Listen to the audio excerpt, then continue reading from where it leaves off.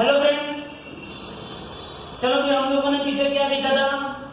Register देखा, resistivity देखा, conductivity देखा, रिलैक्सेशन टाइम देखा। उसके बाद अभी जो हमारा चल रहा है resistance, resistivity, conductivity, relaxation time. अब हम बात करेंगे मोबिलिटी। इसकी बात करेंगे अब हम मोबिलिटी। ना what do you mean by mobility?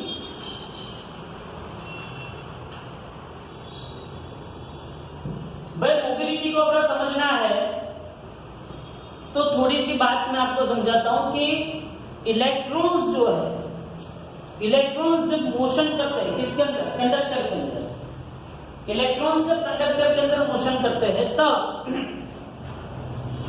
उसकी कुछ ड्रिफ्ट वेलोसिटी होती है। ड्रिफ्ट वेलोसिटी वीडी का इक्वेशन आप लोगों ने देखा। वीडी का इक्वेशन क्या था? ए इंटू रिलैक्सेशन टाइम। ए मतलब एक्सेलरेशन और टाउ मतलब रिलैक्सेशन टाइम। तो मोबिलिटी जो है उसको म्यू से रिप्रेजेंट करते हैं। सी इलेक्ट्रॉन्स जो है उसको मोबाइल चार्ज कैरियर्स बोलते हैं। मोबाइल, क्यों उसको मोबाइल चार्ज कैरियर्स बोलते हैं? हम उसको मोबाइल चार्ज कैरियर इसलिए बोलते हैं कि इलेक्ट्रॉन्स फ्री टू मूव है, free to move anywhere in a conductor.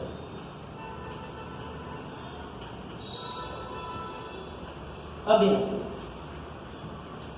Free to move anywhere in a conductor है electrons. Electrons mobile charge carrier से free to move anywhere in a conductor. तो उसकी अगर हम मोबिलिटी की बात करना चाहे तो मोबिलिटी को ऐसे डिफाइन किया जाता है, drift velocity, it is drift velocity per unit, drift velocity per unit electric field is known as, drift velocity per unit electric field is known as mobility। मतलब कि mu is equal to vt by e। mu is equal to vt by e। उसका unit आएगा, mobility का unit, velocity का unit metre per second और electric field का unit volt per metre. तो mobility का यूनिट आएगा metre square upon volt into second. क्या आएगा मोबिलिटी का unit? Metre square upon volt into second. उसका डायमेंशनल फार्मूला आएगा, डायमेंशनल फार्मूला देखो मोबिलिटी का। Mobility v is equal to vd by e। Drift velocity per unit electric field is known as mobility. Drift velocity और unit electric field is known as mobility. तो mobility को अगर मैं देखने जाऊं तो drift velocity per unit electric field, drift velocity का unit है मीटर पर सेकेंड और इलेक्ट्रिक फील्ड का यूनिट है वोल्ट पर मीटर। मीटर ऊपर गया तो metre square per volt into second, उसका डायमेंशनल फार्मूला। तो मोबिलिटी का अगर डायमेंशनल फार्मूला अगर आपको लिखना है तो वोल्ट को क्या लिखूंगा मैं?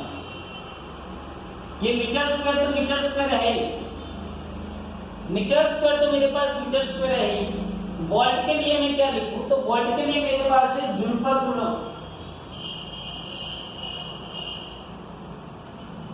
तो वोल्ट के लिए मेरे पास है joule per coulomb into second.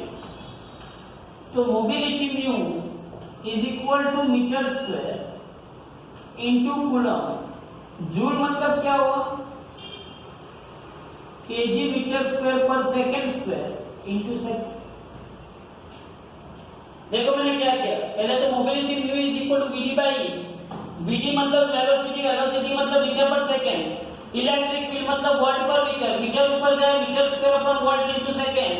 लेकिन मेरे पास metre square upon volt into second में मेरे पास 1 volt is equal to 1 joule per coulomb है। तो वोल्ट की जगह मैंने जूल पर कूलम रखा। तो metre square into coulomb upon joule into second. Joule क्या है? KG metre square per second square. अभी मीटर स्क्वायर कट हुआ, सेकंड सेकंड कट हुआ, तो यहाँ पे म्यू क्या होगा, म्यू क्या होगा, कूलम इंटू सेकंड अपन केजी। क्या होगा, मीटर स्क्वायर कट हुआ, सेकंड सेकंड कट हुआ, डिनोमिनेटर का डिनोमिनेटर ऊपर गया, तो यहाँ पे सेकंड इंटू कूलम अपन केजी। अब कूलम इज इक्वल टू क्या होता है, एम्पियर इंटू सेकंड अपन केजी। तो मैं ऐसा लिख सकता हूँ कि ampere into second square per KG. तो इसका डायमेंशनल फॉर्मूला आ सकता है m1 L0 T2 A1। बोलो पता चला, तो ये मोबिलिटी का डायमेंशन। अब मैं आपको दूसरी बात बताता हूं। ये 2 मार्क की थियरी बहुत अच्छी तरीके से पूछी जाती है, ध्यान से समझना। ये 2 मार्क की थियरी है, बहुत अच्छी तरीके से पूछी जाती है। अब मैं आपको इसमें क्या समझाना चाहता हूं कि ये इक्वेशन आया कैसे। तो मोबिलिटी का इक्वेशन डिराइव करना हो तो I have equation of current density. Equation of current density J is equal to, मेरे पास क्या है, NEG, and J is equal to मेरे पास क्या है, sigma E. So sigma E is equal to क्या होगा, NEVD। बोलो मेरे पास current density J is equal to NEVD और current density J is equal to sigma E. तो sigma E is equal to क्या होगा, NEVD। तो बोलो मोबिलिटी की डेफिनेशन क्या है, drift velocity per unit electric field. तो मैं sigma upon NE is equal to drift velocity upon electric field ये रख सकता हूं। बोलो sigma upon NE is equal to drift velocity divided by E, but drift velocity divided by E is known as mu, जिसको मैं क्या बोलता हूं, मोबिलिटी। क्या बोलता हूं जिसको मैं, मोबिलिटी। तो mu is equal to sigma by NE। क्या होता है, mu is equal to sigma by NE। तो आपके पास मोबिलिटी का एक दूसरा इक्वेशन आ गया सिग्मा की टर्म में। मोबिलिटी का एक इक्वेशन तो है ही, mu is equal to VD by E। Mobility का एक दूसरा इक्वेशन आपको आ गया सिग्मा की टर्म में। तो सिग्मा इज इक्वल टू क्या होगा, म्यू NE। क्या होगा, sigma is equal to mu NE, where mu is nothing but mobility, n is nothing but number density और E is nothing but electric charge और sigma मतलब conductivity. लेकिन अगर मैं सेमीकंडक्टर की बात करूं, किसकी बात करूं, सेमीकंडक्टर हमारा जो चैप्टर है वो नेक्स्ट सेमेस्टर में लास्ट चैप्टर है सेमीकंडक्टर। अगर मैं सेमीकंडक्टर की बात करता हूं तो उसमें जो कंडक्शन होता है वो इलेक्ट्रॉन की वजह से भी होता है, वो होल्स की वजह से भी होता है। किसकी वजह से, इलेक्ट्रॉन की वजह से और होल्स की वजह से। तो वहां पे जो कंडक्टिविटी है ये म्यू किसके लिए, इलेक्ट्रॉन के लिए, एन किसके लिए, इलेक्ट्रॉन के लिए, और चार्ज तो इलेक्ट्रॉन का है ही, प्लस म्यू किसके लिए, होल्स के लिए, एन किसके लिए, होल्स के लिए, और होल्स का चार्ज भी क्या होता है, इलेक्ट्रॉन के चार्ज जितने होता है। तो सेमीकंडक्टर के अंदर सिग्मा क्या होता है, sigma E plus sigma H, conductivity for electron plus conductivity of holes. तो ध्यान से, mobility, electrons are known as mobile charge carriers. They are free to move anywhere in a conductor, लेकिन conductor के बाहर नहीं आ सकते। They are free to move anywhere in a conductor, लेकिन वो कंडक्टर के बाहर आ सकते नहीं है। तो drift velocity per unit electric field is known as mobility. याद रखना, drift velocity per unit electric field, drift velocity per unit electric field is known as mobility. तो mobility mu is equal to drift velocity divided by E। Drift velocity को मैं unit क्या लिखा, metre per second, electric field का unit क्या लिखा, watt per metre. तो metre square upon watt into second. तो metre square 1 volt is equal to, मैं क्या लिख सकता हूं, 1 volt is equal to 1 joule per coulomb. तो वोल्ट की जगह पर मैंने जूल पर कूलम रखा, ये मीटर स्क्वायर, लेकिन ये कूलम को मैं ऊपर ले गया और जूल की जगह पे मैंने क्या रखा KG metre square per second square metre square कर सेकंड का, तो ये सेकंड ऊपर चला जाएगा और नीचे क्या बचेगा केजी। लेकिन coulomb is equal to 1 coulomb is equal to 1 ampere into second, तो 1 coulomb is equal to 1 ampere into second 10 ampere into second square per KG. तो ये मुझे क्या मिल रहा है मोबिलिटी का डायमेंशनल फार्मूला। अब मोबिलिटी का कंडक्टिविटी के साथ रिलेशन, ये कंडक्टिविटी के साथ रिलेशन है, ध्यान से देखना। तो मेरे पास करंट डेंसिटी का इक्वेशन है J is equal to NEVD और J is equal to sigma E। ये मेरे पास इक्वेशन है, आप लोगों को पता है। तो J is equal to NEVD and J is equal to sigma E। तो sigma E is equal to क्या होगा NEVD। क्या होगा sigma E is equal to NEVD। तो sigma E is equal to NEVD, तो सिग्मा बटे NE, मतलब ये NE को नीचे लाए और E को यहाँ पे ले गए, तो सिग्मा बटे NE is equal to VD by E। तो VD बाई E क्या था मेरे पास मोबिलिटी म्यू थी, तो mu is equal to sigma बटे NE, तो sigma is equal to mu NE। Mu मतलब मोबिलिटी ऑफ इलेक्ट्रॉन्स, तो इलेक्ट्रॉन्स की मोबिलिटी, होल्स तो होल्स की मोबिलिटी, N मतलब नंबर डेंसिटी ऑफ इलेक्ट्रॉन्स और नंबर डेंसिटी ऑफ होल्स, और E क्या इलेक्ट्रिक चार्ज। ओके, एक और चीज इसके अंदर ध्यान से, ये मैंने मोबिलिटी की तो बात की, लेकिन मोबिलिटी के साथ मैं एक और चीज भी ऐड कर सकता हूं। मैं क्या ऐड कर सकता हूं, ध्यान से देखो। मोबिलिटी को मैं दूसरी तरीके से भी डिराइव कर सकता हूं, समझना ध्यान से। हाँ, मोबिलिटी को मैं दूसरी तरीके से भी डिराइव कर सकता हूं। कैसे, वो भी हम देखते हैं कि mobility mu is equal to क्या है मेरे पास, क्या है मोबिलिटी। कोई आपको ऐसा पूछे कि मोबिलिटी का रिलैक्सेशन टाइम के साथ रिलेशन डिराइव कीजिए, मोबिलिटी का रिलैक्सेशन टाइम के साथ इक्वेशन डिराइव कीजिए, तो वो इक्वेशन डिराइव करने के लिए बोलो मैं क्या कर सकता हूं। तो ध्यान से यहां मोबिलिटी का रिलैक्सेशन टाइम के साथ इक्वेशन डिराइव करना है। बोलो मेरे पास इक्वेशन क्या है, mu is equal to VD by E। मेरे पास इक्वेशन है mobility mu is equal to drift velocity per unit electric field. Okay, इसको मैं इक्वेशन नंबर 1 दे देता हूं। अब यहां पे देखो, बट एक्सेलरेशन जो होता है इलेक्ट्रॉन का, A is equal to VD by tau होता है, relaxation time VD by tau. तो VD इज इक्वल टू क्या होगा, A क्या होगा, हाँ, तो सब्स्टिट्यूट 2 in 1, तो mu is equal to A tau by T।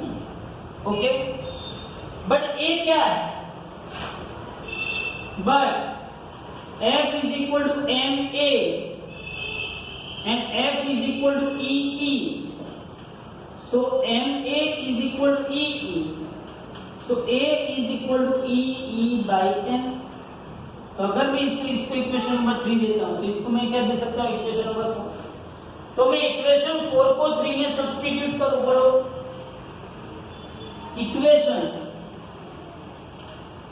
Equation 3 को, अगर ऐसे इक्वेशन 4 को अगर मैं किसमें सब्स्टिट्यूट करता हूं, 3 में, ध्यान से देखिए। इक्वेशन 4 को अगर मैं इक्वेशन 3 में सब्स्टिट्यूट करूं तो क्या होगा, तो सब्स्टिट्यूट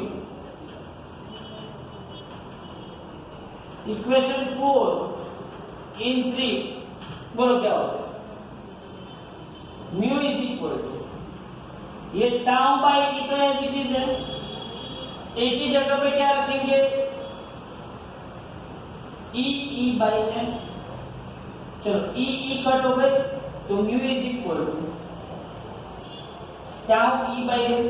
तो देखो हमने जो यूनिट डिराइव किया था ना, वो इसमें से डिराइव किया जा सकता है। कैसे, देखो ये टाउ का यूनिट क्या होगा सेकंड, ई का यूनिट क्या होगा कूलम, और ये क्या होगा केजी।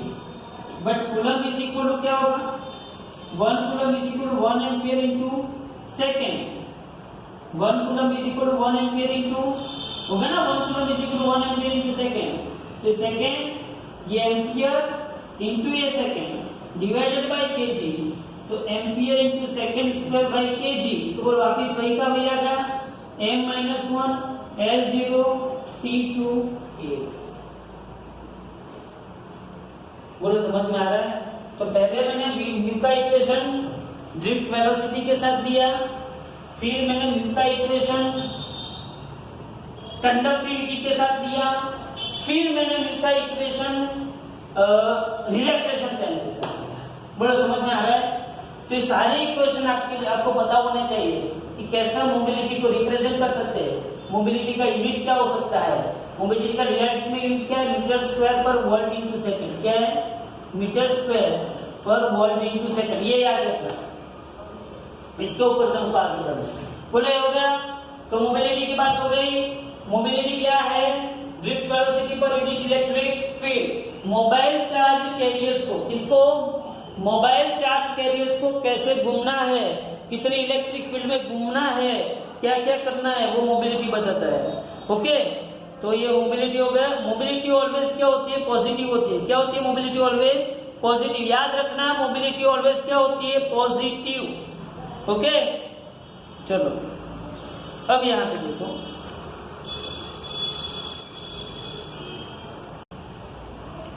अब यहां पे देखो, ये हो गई मोबिलिटी। अब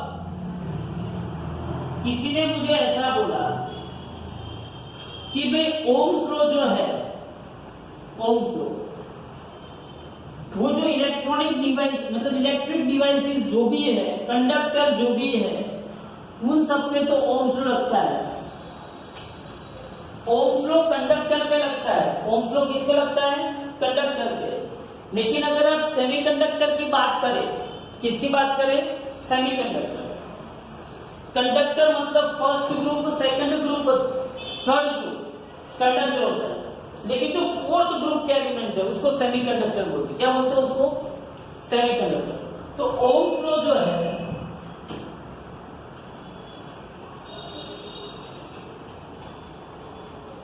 Ohm's law can apply only on the linear devices, linear electric devices. Now what do you mean by linear electric devices? What do you mean by linear electric devices? मतलब it means that the device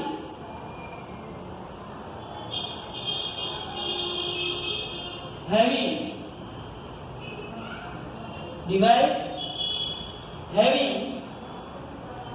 linear relation between voltage and current, having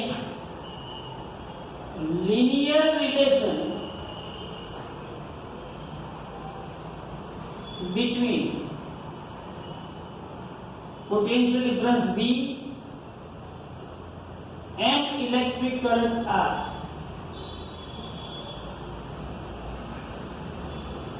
is known as linear device. जैसे कि जिसे ओम ने क्या बोला, V proportional to I बोला था, और उसके बाद उसने क्या बोला था कि उसका V एंड I का रेशियो क्या होगा, R। मतलब कि जो कंडक्टर्स है, कौन है, जितने भी कंडक्टर्स है उसमें ओम्स लॉ ऐसे बढ़ता है। मतलब कि ये सपोज कि I है और ये क्या है, V, तो दोनों एक साथ साथ बढ़ते हैं। हाँ, इन सबको कौन सी डिवाइस बोलते हैं, लीनियर डिवाइस बोलते हैं। कौन सी डिवाइस बोलते हैं, linear device. And this linear device are known as ohmic device. क्या बोलते हैं इसको, ohmic device, the devices which follows Ohm's law, the devices which follows Ohm's law, they are known as ohmic devices. क्या बोलते हैं उसको, ohmic devices, the devices which follows the Ohm's law, उसको क्या बोलते हैं, ohmic devices। और we can say that linear devices, क्योंकि उसके अंदर वोल्टेज एंड करंट जो है वो एक साथ मतलब एक दूसरे के प्रपोर्शन में बढ़ते हैं, उसको लीनियर डिवाइसेस बोलते हैं, उसको ओमिक डिवाइसेस भी बोलते हैं, क्योंकि वहां पे ओम्स लॉ एप्लीकेबल है। वहां पे क्या एप्लीकेबल है? ओम्स लॉ एप्लीकेबल है। अब यहां लिमिटेशंस ऑफ ओम्स लॉ,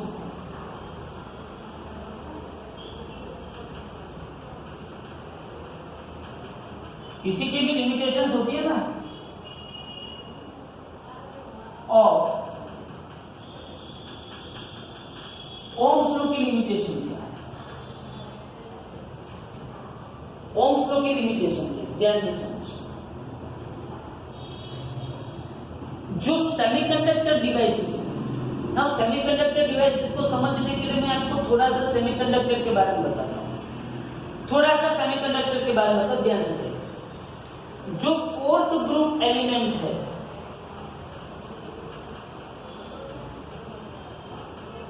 जो फोर्थ ग्रुप एलिमेंट है, जैसे कि सिलिकॉन, जर्मेनियम, ये सब कौन है?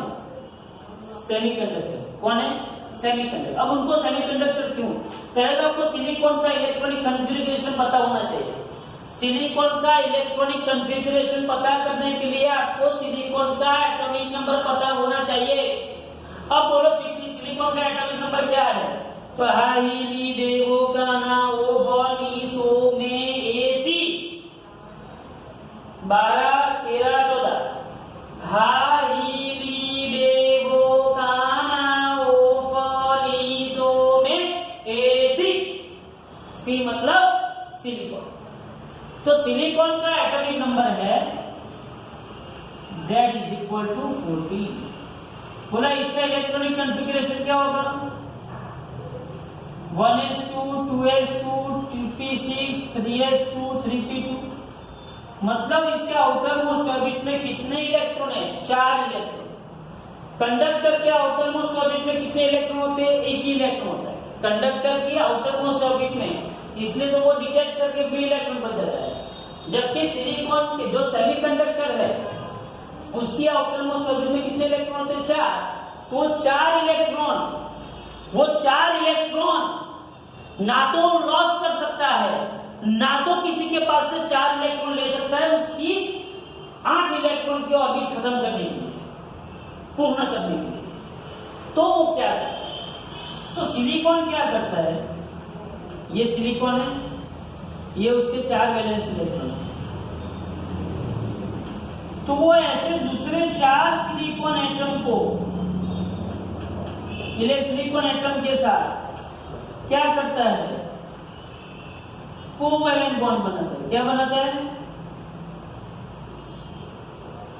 और अपने अस्तित्व पूर्ण करता है। ये बात है। तो ये जो सिलिकॉन है, जर्मेनियम, ये जब सेमीकंडक्टर्स है उसके अंदर फ्री इलेक्ट्रॉन्स होते ही नहीं है, क्योंकि ये सब बॉन्डिंग में आ गए, बराबर है। कोई फ्री इलेक्ट्रॉन नहीं मिलेगा इसको, नो फ्री इलेक्ट्रॉन। ओके, फिर भी ये सेमीकंडक्टर बनते क्यों? Due to temperature, due to impurity doping. कुछ इम्प्यूरिटी अंदर ऐड करते हैं, मतलब कुछ भी मैकेनिज्म करके इसके अंदर इलेक्ट्रॉन को फ्री कर दिया जाता है। वो आपको मिलेगा 14th चैप्टर में। लेकिन मैं आपको जो यहाँ पे बताना चाहता हूं कि ऐसे जो सेमीकंडक्टर्स है, ऐसी जो इलेक्ट्रॉनिक डिवाइसेस है, आज की पूरी दुनिया, मोबाइल ले लो, लैपटॉप ले लो, टीवी ले लो, एलईडी लाइट ले लो, कुछ भी, टैबलेट ले लो, स्मार्टफोन ले लो, कुछ भी ले लो, आपकी कार में जो डोर ओपन क्लोज हो रहे हैं, आपकी कार में जो रिमोट स्विच है, सेंसर जिसको आप बोलते हो, वो सब कुछ सिलिकॉन इंडस्ट्री है, सब कुछ सेमीकंडक्टर इंडस्ट्री है। वहां पे ओहम का लो वहां पे एप्लीकेबल नहीं होता है, क्योंकि ओहम का लो क्या है? तो वो लीनियरिटी बताता है, लीनियर कैरेक्टरिस्टिक है। जबकि सेमीकंडक्टर डिवाइसेस में आप जाओगे तो उसकी जब आप I वर्सेस V का जब आप ग्राफ प्लॉट करोगे तो आपको लीनियर कैरेक्टरिस्टिक मिलेगी नहीं।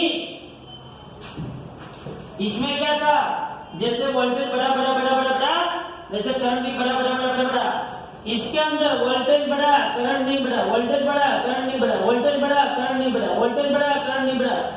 एक ऐसा टाइम आएगा जब करंट बढ़ेगा, तो इसको नॉन लीनियर डिवाइसेस बोलते हैं। क्या बोलते हैं इसको? नॉन लीनियर डिवाइसेस, मतलब ऐसी डिवाइसेस जो अगर लीनियर डिवाइसेस होती तो ऐसे आता है,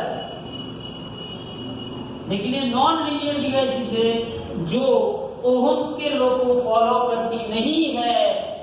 तो सेमीकंडक्टर इंडस्ट्री के अंदर, सेमीकंडक्टर टेक्नोलॉजी के अंदर ये जो डिवाइसेस है, जैसे जैसे कौन कौन सी डिवाइसेस है? पहली डिवाइस है पीएन जंक्शन डायोड। पहली डिवाइस है पीएन जंक्शन डायोड। दूसरी डिवाइस है उसके ऊपर से रेक्टिफायर, मतलब वो भी जान दो। फिर है ट्रांजिस्टर, क्या है? ट्रांजिस्टर। फिर है टनल डायोड। कौन सी डायोड है? ये डायोड की कैरेक्टरिस्टिक है। टनल डायोड की अगर आप कैरेक्टरिस्टिक देखने जाओगे, टनल डायोड की कैरेक्टरिस्टिक तो कुछ ऐसा करके ऐसा है। तो जितनी भी सेमीकंडक्टर टेक्नोलॉजी है, कौन सी टेक्नोलॉजी है? सेमीकंडक्टर टेक्नोलॉजी, उसके अंदर, सेमीकंडक्टर टेक्नोलॉजी के अंदर ये ओम्स लॉ फुलफिल नहीं होता है। हाँ, तो यहां पे V वर्सेस I होता नहीं है। ओके, तो इस डिवाइसेस को, जो डिवाइसेस ओम्स के लॉ को फॉलो नहीं करती उसको नॉन लीनियर डिवाइसेस, और दूसरा नाम उसको दिया है non ohmic devices. Non linear devices और नॉन ओहमिक डिवाइसेस, ध्यान से सुनना, नॉन लीनियर डिवाइसेस और नॉन ओहमिक डिवाइसेस। तो ये है, मतलब याद रखना कि सेमीकंडक्टर डिवाइसेस जो होती है वो V proportional to I follow करती नहीं है। V proportional to I follow करती नहीं है। वहां पे जैसे वोल्टेज बढ़ता है वैसे करंट बढ़ता नहीं है। कभी ऐसा भी जाता है, ये भी जाता है, ये ऐसे करके ऐसे भी जाता है। तो ये जो भी डिवाइसेस है जो V प्रोपोर्शनल टू I को फॉलो नहीं करती है, इसको नॉन लीनियर डिवाइसेस बोलते हैं, या तो इसको नॉन ओहमिक डिवाइसेस बोलते हैं। ओके, और जो devices V proportional to I को फॉलो करती है उसको क्या बोलते हैं? ओहमिक डिवाइसेस बोलते हैं। पता चल रहा है ये? ओके, तो ये ओम्स लॉ और उसका लिमिटेशन आता है। अब देखिए,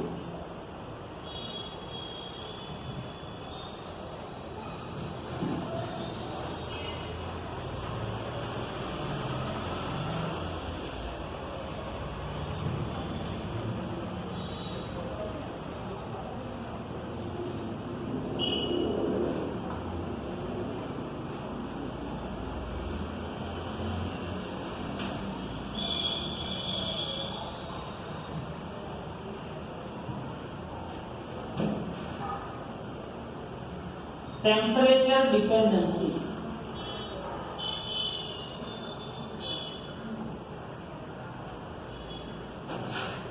of resistors. Temperature dependency of resistors. Temperature dependency of resistors क्या बोलता है?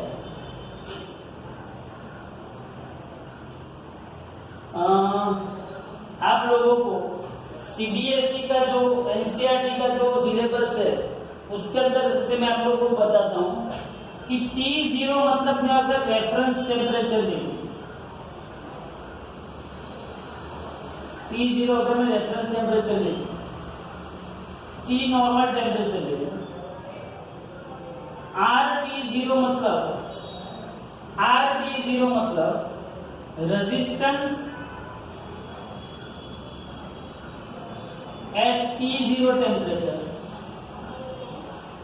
and RT मतलब resistance at T temperature, ये चार चीज आपको पता होनी चाहिए। तो resistance at T temperature is equal to resistance at T0 temperature into 1 plus alpha T minus T0। Most time की इक्वेशन विदाउट डेरिवेशन आपको इसको एक्सेप्ट करना है। याद रखना रेजिस्टेंस एट T टेम्परेचर, बोलो RT क्या है? RT क्या है? Resistance at T temperature. RT0 क्या है? Resistance at T0 temperature alpha T minus T0। Where याद रखना, फिर से नया इक्वेशन आपको रखना होना चाहिए। Resistance at T temperature, resistance at T temperature, resistance at T temperature is equal to resistance at T temperature is equal to T RT0 in bracket 1 plus alpha T minus T0, 1 plus alpha T minus T0, ये आपको याद रहना चाहिए। तो ये जो alpha है क्या है? अल्फा क्या है? अल्फा उसको क्या बोलते हैं? Temperature coefficient of resistance. Alpha क्या है?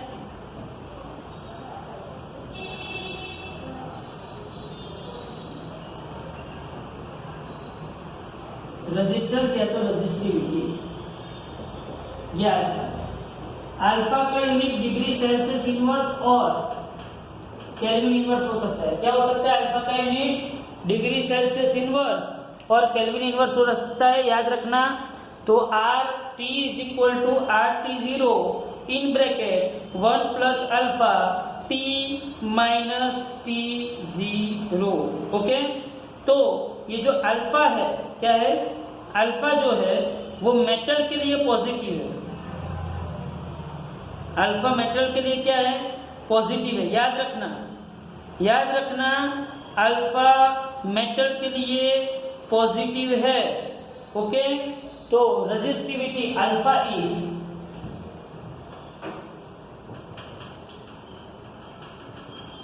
Positive for metal. ये अल्फा क्या है? मेटल के लिए पॉजिटिव है। अब यहाँ पे देखो, तो आप लोगों के पास मेटल जो है वो मेटल के लिए अल्फा मतलब टेम्परेचर कोफिशिएंट ऑफ रेजिस्टेंस क्या है? पॉजिटिव है। इसका मतलब क्या हुआ? टेम्परेचर बढ़ेगा तो रेजिस्टेंस या तो रेजिस्टिविटी भी बढ़ेगी। अल्फा पॉजिटिव मतलब टेम्परेचर बढ़ा तो रेजिस्टेंस या तो रेजिस्टिविटी बढ़ा। फिर नाइक्रोम की बात हो रही, भाई केमिस्ट्री पोर्शन है थोड़ा सा। नाइक्रोम मतलब क्या? अलॉय ऑफ निकल and chromium exhibit very high resistivity and its dependence of temperature is very less। तो नाइक्रोम के बारे में ये 1 मार्कर में एमसीक्यू में तो कहीं भी पूछा जा सकता है। नाइक्रोम क्या है? अलॉय ऑफ निकल and chromium exhibit very high resistivity and its temperature dependence is very less। Manganese क्या है? Alloy of copper, manganese and निकल। मैंगनीज क्या है? Alloy of copper, manganese and निकल has resistivity almost independent of temperature. लेकिन most time भी for semiconductor temperature coefficient of resistance is negative. For semiconductor temperature coefficient of resistance is negative. इसका मतलब ये हुआ कि अगर टेम्परेचर बढ़ेगा तो रेजिस्टेंस घटेगा। याद रखना कंडक्टर के अंदर क्या होता है? कंडक्टर के अंदर टेम्परेचर बढ़ा तो रेजिस्टेंस बढ़ा, लेकिन सेमीकंडक्टर के अंदर क्या होता है? टेम्परेचर बढ़ा तो रेजिस्टेंस घटा। ये क्या है? कंडक्टर। और ये क्या है? सेमीकंडक्टर। समझ में आ रहा है? कंडक्टर में टेम्परेचर बढ़ा तो रेजिस्टेंस बढ़ा, जबकि सेमीकंडक्टर में टेम्परेचर बढ़ा तो रेजिस्टेंस घटा। ये आपको याद रखना है। तो सेमीकंडक्टर में अल्फा क्या होता है? नेगेटिव होता है। अल्फा नेगेटिव का मतलब ये हुआ कि टेम्परेचर बढ़ा तो रेजिस्टिविटी घटी। Okay, thank you very much. अभी हमने मोबिलिटी देखा। टेम्परेचर डिपेंडेंसी ऑफ रेजिस्टेंस देखा, बस इतनी ही बात की है। आगे मैं आपको कलर कोड सिखाऊंगा कि कलर कोड से आपको जो रजिस्टर होता है, रजिस्टर जो मार्केट में मिलते हैं कि 2 ओम का रजिस्टर, 5 ओम का रजिस्टर, तो उसका जो कलर, उस पर कलर कोडिंग होता है, तो उसके ऊपर से आपको उसकी वैल्यू पता करनी होती है। वो मैं आपको नेक्स्ट लेक्चर के अंदर सिखाऊंगा और बाद में हम प्योरली सर्किट के ऊपर चले जाएंगे। Okay, thank you very much.